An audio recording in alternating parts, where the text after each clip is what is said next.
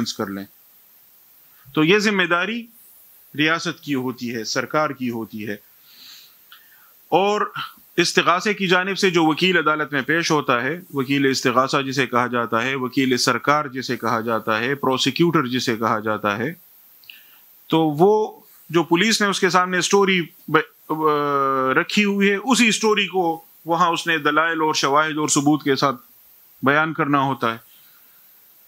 تو اس کی بھی بڑی اہم حیثیت ہوتی ہے، کیونکہ بعض اوقات وہ پولیس سے کہتا ہے کہ یہ جو آپ نے کہانی بنائی ہے نا، اس میں مسئلہ ہے، یہ میں عدالت میں ثابت نہیں کر سکوں گا. آپ دیکھیے کہ یہ جو قادیانیوں کے متعلق قومی اسمبلی میں بحث ہو رہی تھی،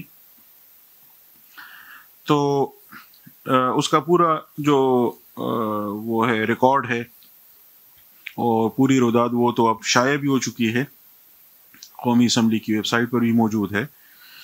تو اس میں یحییٰ بختیار جو پاکستان کے اٹارنی جنرل تھے، انہوں نے بہت اہم کردار ادا کیا تھا، کیونکہ انہوں نے اس میں وکیل استغاثہ کا کردار ادا کیا تھا کہ وہ جو قادیانیوں کا خلیفہ تھا اس کو ملزم کی حیثیت سے، یوں کہیں کہ اس سے سوال کیے جاتے تھے، وہ جواب دیا کرتا تھا، اور جواب میں ظاہر ہے وہ بڑی مکاری سے کبھی ایک دوسرے اس میں چھپنے کی کوشش کرتا تھا.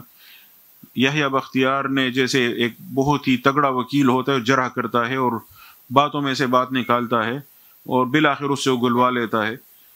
تو اس طرح کر کے اس سے باتیں اگلوائی ہیں. تو اس میں مثال کے طور پر اس سے یہ پوچھا کہ یہ جو سر ظفر اللہ خان تھے، تو انہوں نے قائد اعظم کے جنازے میں شرکت کی تھی.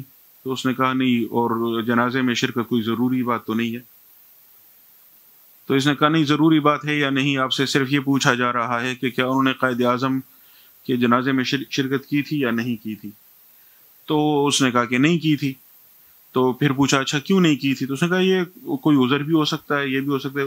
اس طرح اس نے ٹال مٹول کی کوشش کی، لیکن بالآخر اس سے اگلوا لیا کہ اس لیے شرکت نہیں کی کہ اس کے نزدیک قائد اعظم کے جنازے میں شرکت ناجائز تھی، کیونکہ وہ کافر تھا. کیوں کافر تھا؟ پھر ٹال مٹول کی کوشش اور اس حدیث میں چھپنے کی کوشش کہ آپ کسی کو کافر کہیں تو وہ کافر نہ ہو تو آپ کی طرف لوٹ آتا ہے. تو یہ بختیار کے قائد اعظم نے کب آپ کو کافر کہا ہے؟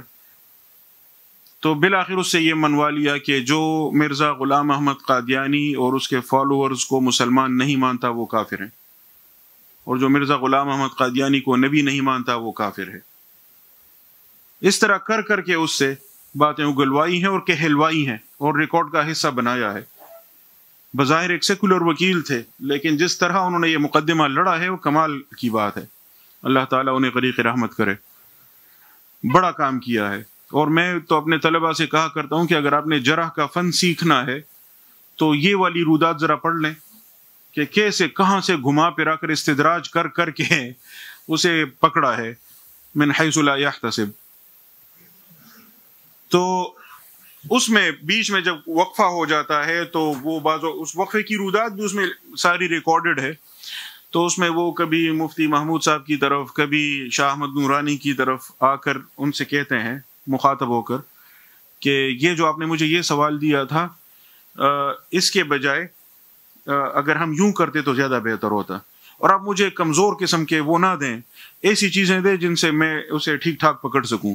اچھا پھر بیچ میں اس طرح کی بھی کہتے ہیں کہ علماء اس سے پوچھتے ہیں آپ نے یہ نہیں پوچھا، آپ نے یہ نہیں پوچھا. وہ کہتے ہیں یہ سب کچھ میں پوچھوں گا لیکن اپنے اپنے وقت پر، اور آپ بس میرے ساتھ رہیے گا، جلدی نہ کریں.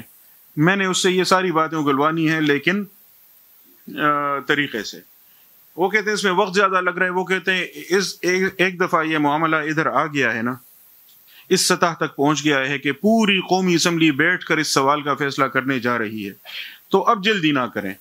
اب ہمیں جتنا وقت لگنا ہے لگنے دیں، اس پہ جتنا کچھ ہو وہ ہو، لیکن اب ہم اسے آخری حد تک موقع فراہم کریں تاکہ کوئی گنجائش باقی ہی نہ رہے. تو اس طرح کر کے اس نے، تو میں یہ کہنا چاہ رہا تھا کہ جو وکیل سرکار ہوتا ہے یا وکیل استغاثہ ہوتا ہے وہ بتا دیتا ہے کہ بھائی یہ جو کہانی تم بتا رہے ہو یہ آگے چلنے والی نہیں ہے.